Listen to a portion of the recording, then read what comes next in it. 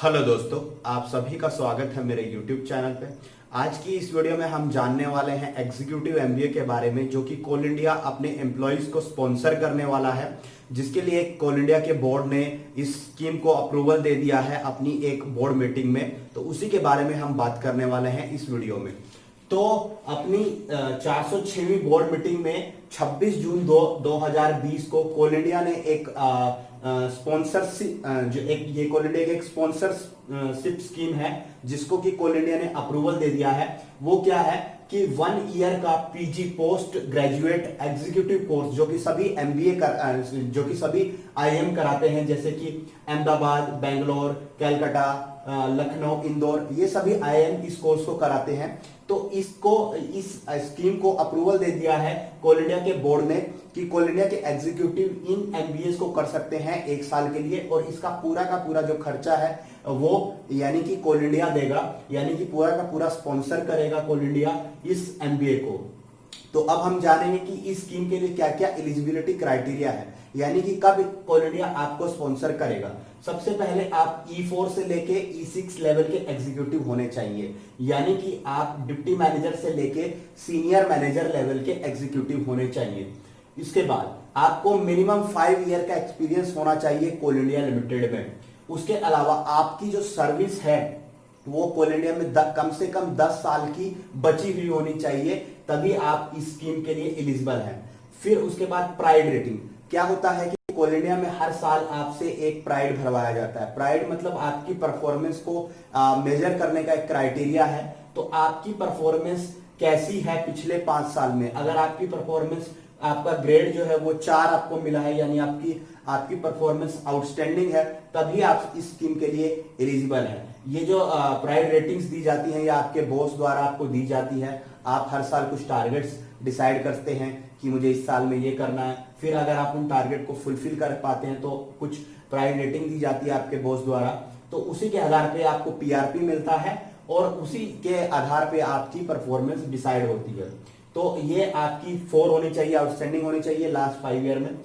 पिछले last 3 years में आपके खिलाफ कोई भी चार्जशीट या आपको कोई भी पनिशमेंट नहीं होनी चाहिए, तभी आप इस स्कीम के लिए एलिजिबल हैं। उसके अलावा आप इन आईएम्स में इस कोर्स के लिए सेलेक्ट हुए होने चाहिए। और इन कोर्सेज में लोग सेलेक्ट कैसे होते हैं, वो 2 तरह के स्कोर पे सेलेक्ट होते हैं। या तो आपको जीमैट का स्कोर चाहिए होता है, या आपको जीआरई का स्कोर चाहिए होता है। यानी इन स्कोर के बेस पे आप पहले इन आईएम्स में सिलेक्ट होंगे, और फिर जो आपकी फीस का जो खर्चा आएगा वो सारा का सारा कोल इंडिया स्पॉन्सर करेगा। और आपको पता होना चाहिए कि इन सभी आईएम से एमबीए करने का, 1 साल की एग्जीक्यूटिव एमबीए करने का जो खर्चा है वो कम से कम 20 लाख के आसपास आता है, जिसको कि कोल इंडिया पूरा का पूरा स्पॉन्सर करने वाला। तो आप सोच सकते हैं कितनी बढ़िया स्कीम है। फिर इसके बाद इस स्कीम के लिए 16 एग्जीक्यूटिव हर साल एलिजिबल होंगे। ये 16 एग्जीक्यूटिव कहां से होंगे, हर सब्सिडरी से 2 एग्जीक्यूटिव जाएंगे, यानी 7 सब्सिडरी हैं तो 14 एग्जीक्यूटिव हो गए।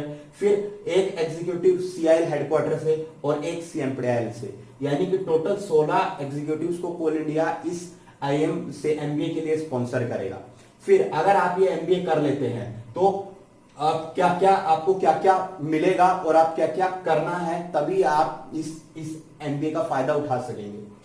जैसे आप ये एमबीए जिस टाइम कर रहे हैं, आपको पूरी की पूरी आपकी सैलरी मिलेगी, और आपको ऑन ड्यूटी माना जाएगा। और आपको जो छुट्टियां हैं वो उस इंस्टीट्यूशन में किस तरह से छुट्टियां रहती हैं उसके बेस पे मिलेंगी। और आपका वो पीरियड ड्यूटी में काउंट होगा, यानी आप प्रमोशन का पीरियड भी आपका काउंट होगा। आपका एक तरह से प्राइड रेटिंग भी आएगी, यानी आपको पीआरपी भी मिलेगा। ये सब चीजें आपको मिलेंगी। फिर उसके अलावा आपको आने जाने के लिए वहां से टीए यानी कि ट्रैवलिंग अलाउंस दिया जाएगा। इसके अलावा जहां आपका प्लेस ऑफ पोस्टिंग है और जहां आपका इंस्टीट्यूशन है, वहां एक आप 2 व्हीलर भी ले जा सकते हैं, यानी 2 व्हीलर इन द सेंस कि आप रेलवे से ले जा सकते हैं। तो वहां पे क्या है कि आपको पूरा का पूरा उसके लिए आपको अलाउंस दिया जाएगा।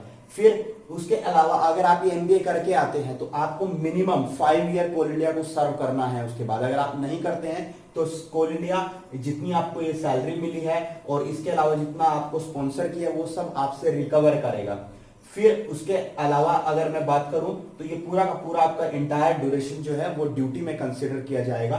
तो इससे आप एक तरह से देख सकते हैं कि ये कोल इंडिया एग्जीक्यूटिव के लिए बहुत बढ़िया स्कीम है, जिससे कि वो अपनी मैनेजमेंट स्किल को अपग्रेड कर सकते हैं और आईआईएम जैसे इंस्टीट्यूशन में जाके वो अपनी जितनी भी मैनेजमेंट स्किल्स जितनी भी उनको चाहिए उनको एक तरह से बहुत अच्छे से डेवलप कर सकते हैं। इसीलिए कोल इंडिया ने इस स्कीम को एक तरह से इंप्लीमेंट किया है।